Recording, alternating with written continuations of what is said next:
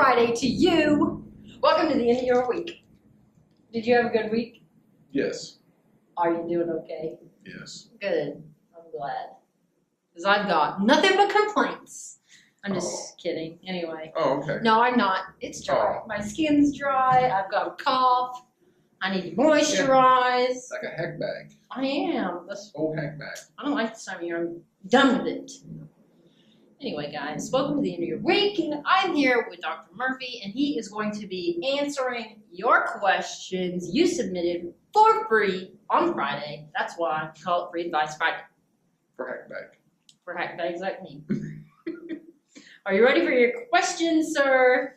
Yes. Okay. We want to know if you get burned, not by a person who owes you money, but but by something like fire or curling iron or whatever, how do you handle a burn? Everybody wants to know.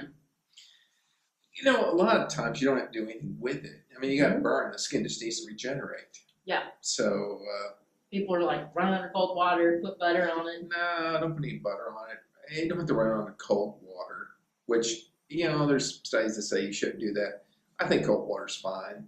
Don't want to put it under ice water because you can freeze it because you can't feel it anymore. Yeah.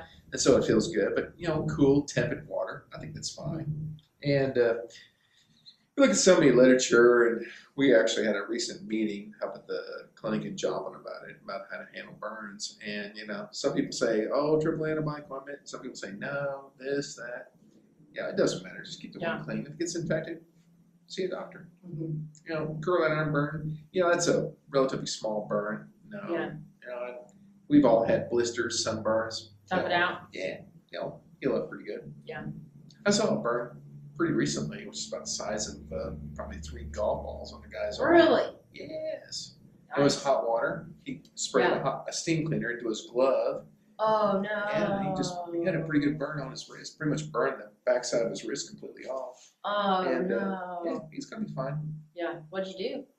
Put an antibiotic ointment on? No, nothing. You just like, get out of here. No, I cleaned up and took the blister, the dead tissue off, which is bad. If the blister breaks, you really want to remove the tissue.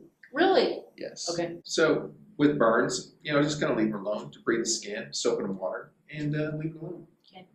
If it's significant, I mean, if you get scalded over your whole body, you're going to have to go to a burn center. Yeah. But short of that, I mean, it's just on your arm, you know, size of this, you're going to be fine. Yeah. Do you think they should maybe go to like an urgent care or somebody? Wouldn't hurt to keep an eye on it, yes. And Okay. you know, a lot of times with burns, you probably need a tetanus shot and maybe plus or minus antibiotics. But other than that, no. Nothing too crazy? Nope. Okay, so tough it out or go see somebody. Right. Handled. All right. Take your skin off if it's got a skin flap flopping around. Yeah, but it's a small blister. Leave it on. Yeah. Okay. Yeah, the wound That's easy underneath enough. will heal. Yeah. So it's plus or minus about whether or not it's good to take the skin off or leave it on. Okay. Yeah, jury's still out. Okay. They both heal the same. Yeah. I don't know if I want to be peeling my skin off. Freaks me out.